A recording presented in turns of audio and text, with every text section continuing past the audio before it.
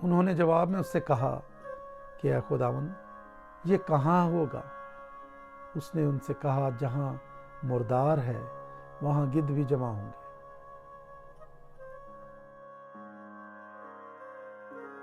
انجیل بمطابق لوکا 18واں باب۔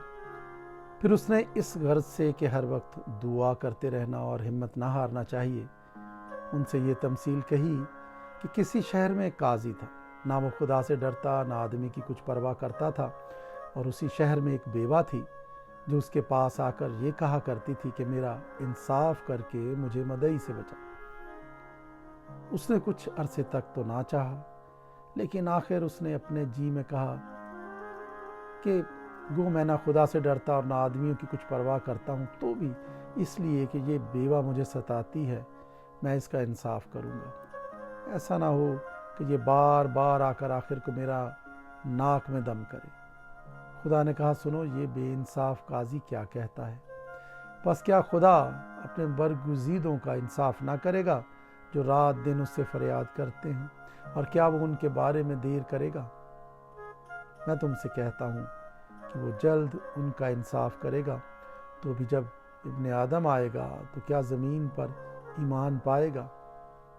پھر اس نے بعض لوگوں سے جو اپنے پر بھروسہ رکھتے تھے کہ ہم راستہ باز ہیں اور باقی آدمیوں کو ناچیز جانتے تھے یہ تمثیل کہی کہ دو شخص ہیکل میں دعا کرنے گئے، ایک فریسی دوسرا محصول لینے والا۔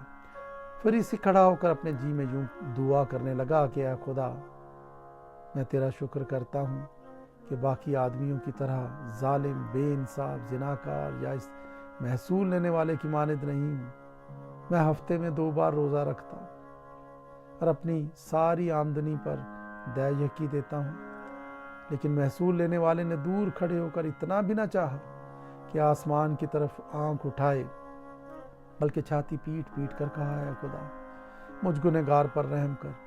میں تم سے کہتا ہوں کہ یہ شخص دوسرے کی نسبت راست باز ٹھہر کر اپنے گھر گیا، کیونکہ جو کوئی اپنے آپ کو بڑا بنائے گا وہ چھوٹا کیا جائے گا، اور جو اپنے آپ کو چھوٹا بنائے گا وہ بڑا کیا جائے گا۔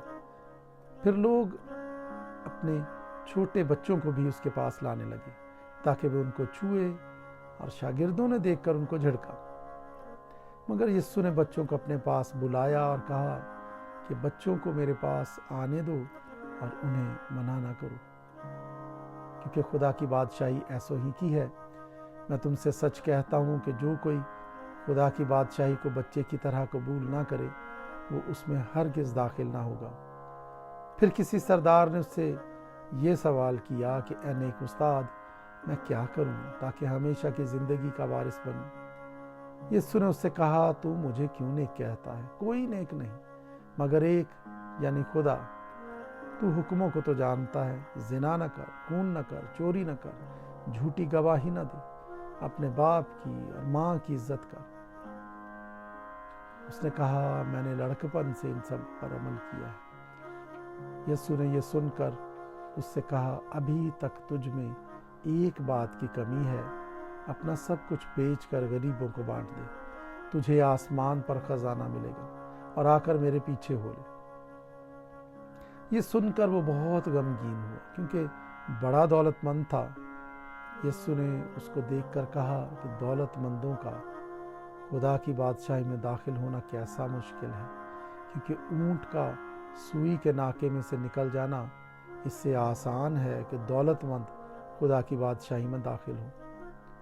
سننے والوں نے کہا تو پھر کون نجات پا سکتا ہے؟ اس نے کہا جو انسان سے نہیں ہو سکتا وہ خدا سے ہو سکتا ہے۔ پطرس نے کہا دیکھ ہم تو اپنا گھر بار چھوڑ کر تیرے پیچھے ہو لیے ہیں۔ اس نے ان سے کہا میں تم سے سچ کہتا ہوں کہ ایسا کوئی نہیں جس نے گھر یا بیوی یا بھائیوں یا ماں باپ یا بچوں کو خدا کی بادشاہی کی خاطر چھوڑ دیا ہو اور اس زمانے میں کئی گنا زیادہ نہ پائے اور آنے والے عالم میں ہمیشہ کی زندگی۔ پھر اس نے ان 12 کو ساتھ لے کر ان سے کہا کہ دیکھو ہم یروشلیم کو جاتے ہیں، اور جتنی باتیں نبیوں کی معرفت لکھی گئی ہیں ابن آدم کے حق میں پوری ہوں گی، کیونکہ وہ غیر قوم والوں کے حوالے کیا جائے گا۔ اور لوگ اس کو ٹھٹھوں میں اڑائیں گے اور بے عزت کریں گے اور اس پر تھوکیں گے اور اس کو کوڑے ماریں گے اور قتل کریں گے اور وہ تیسرے دن جی اٹھے گا۔ لیکن انہوں نے ان میں سے کوئی بات نہ سمجھی اور یہ قول ان پر پوشیدہ رہا اور ان باتوں کا مطلب ان کی سمجھ میں نہ آیا۔ جب وہ چلتے چلتے یریحو کے نزدیک پہنچا تو ایسا ہوا کہ ایک اندھا راہ کے کنارے بیٹھا ہوا بھیک مانگ رہا تھا۔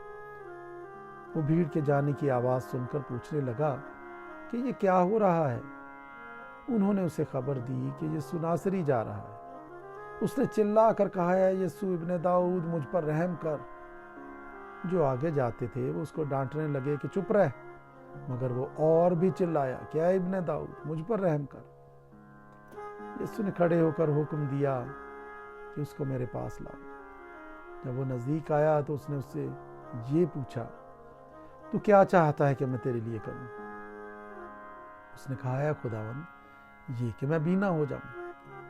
یسوع نے اس سے کہا، بینا ہو جا، تیرے ایمان نے تجھے اچھا کیا۔ وہ اسی دم بینا ہو گیا اور خدا کی تمجید کرتا ہوا اس کے پیچھے ہو لیا، اور سب لوگوں نے دیکھ کر خدا کی حمد کی۔